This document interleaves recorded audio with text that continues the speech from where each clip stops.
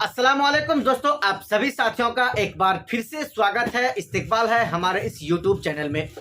दोस्तों, इस वीडियो में मैं आपको एक बहुत बड़ी जानकारी पहुंचाने जा रहा हूं। ओवैसी साहब 2 दिन के दौरे को लेकर किशनगंज आ रहे हैं और पूरा किशनगंज जिला ओवैसी की स्वागत के लिए सज धज कर तैयार हो चुका है, बिल्कुल उनकी स्वागत के लिए। ओवैसी साहब आ रहे हैं लोकसभा चुनाव को लेकर के।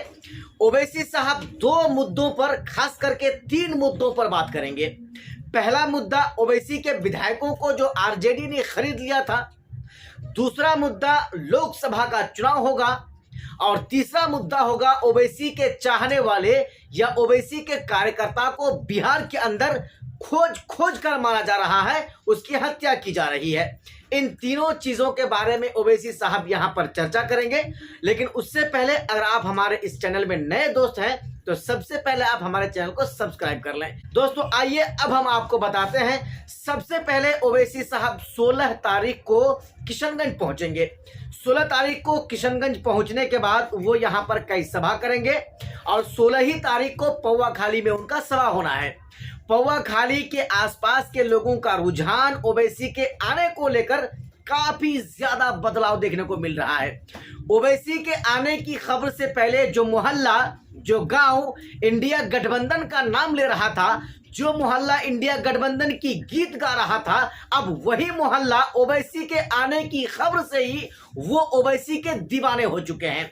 वो ओवैसी के दीवाने इसलिए हो चुके हैं, ओवैसी एक ऐसा नेता है, एक राजनीति में हिंदुस्तान की एक ऐसा चेहरा है, उसकी तरह बोलने वाला फर्राटेदार, संविधान के मुआफिक हिंदुस्तान की राजनीति में अब तक कोई नेता नहीं है। इस बात को आप भी अच्छी तरह से जानते हैं। इस बार सबसे ज्यादा सांसदों में सवाल पूछे जाने वाला सांसद ओवैसी साहब और उनकी ही पार्टी के इम्तियाज जलील साहब चुने गए हैं। जी हां, यह सच्चाई है। हालांकि किसी लोगों को इस खबर को अच्छा लगे नहीं लगे, जो अंधभक्त हैं, जो महागठबंधन के भक्त हैं, जो इंडिया गठबंधन के भक्त हैं, जो कांग्रेस के भक्त हैं, जो जदयू आरजेडी के भक्त हैं, उनको हमारी ये बात अच्छी नहीं लगेगी। लेकिन यही सच्चाई है साहब। सांसद आप बनाएं तो इस तरह का बनाएं, पूरा पार्लियामेंट उसकी दहाड़ से हिल जाए, यानी आगे सामने बैठने वाला सांसद उसकी तरफ तवज्जो लगाकर जो है उनको देखे कि आखिर ये सांसद बोल क्या रहा है। जी हां, ओवैसी साहब 16 तारीख को आ रहे हैं। लोकसभा का चुनाव है। अख्तरुल ईमान साहब किशनगंज के उम्मीदवार हैं। सबसे बड़ी वजह जो मैं आपको बता रहा हूं, 2019 में अख्तरुल ईमान साहब यहां से चुनाव लड़े थे लोकसभा का। हालांकि उनको जीत तो नहीं हुई थी, लेकिन जो है 3 लाख से ज्यादा वोट उनको मिला था और 2019 में ही 2024 में जीतने के लिए उन्होंने नींव रख दिया था, एक जो है पहचान डाल दिया था। अब की बार 2024 में जब लोकसभा का चुनाव होना है, यहां के लोग सोच समझ कर वोट करेंगे। यहां के लोग इस चीज को भी देखेंगे कि वर्तमान के सांसद डॉक्टर जावेद आजाद साहब जो हैं, इनके अंदर वो सारी खूबियां हैं कि नहीं है जो अख्तरुल ईमान के अंदर है। लोग इस बार इस चीज को भी देखेंगे। इस बार किशनगंज के आवाम, किशनगंज की जनता जो सांसद चुनेगी ना, तो सोच समझ कर चुनेगी। ये गूंगे को सांसद नहीं चुनेंगे। ये बोलने ना बोलने वाले को, चुपचाप रहने वाले को, आंखें बंद करके, काने बंद करके जो है वो सुनने वाले को सांसद इस बार नहीं चुनेंगे। इस बार किशनगंज के लोग बोलने वाले को सांसद चुनेंगे। किशनगंज के लोग दहाड़ने वाले को सांसद चुनेंगे और उसमें सबसे पहले अगर किसी का नाम आता है तो ओवैसी के अख्तरुल ईमान का नाम आता है।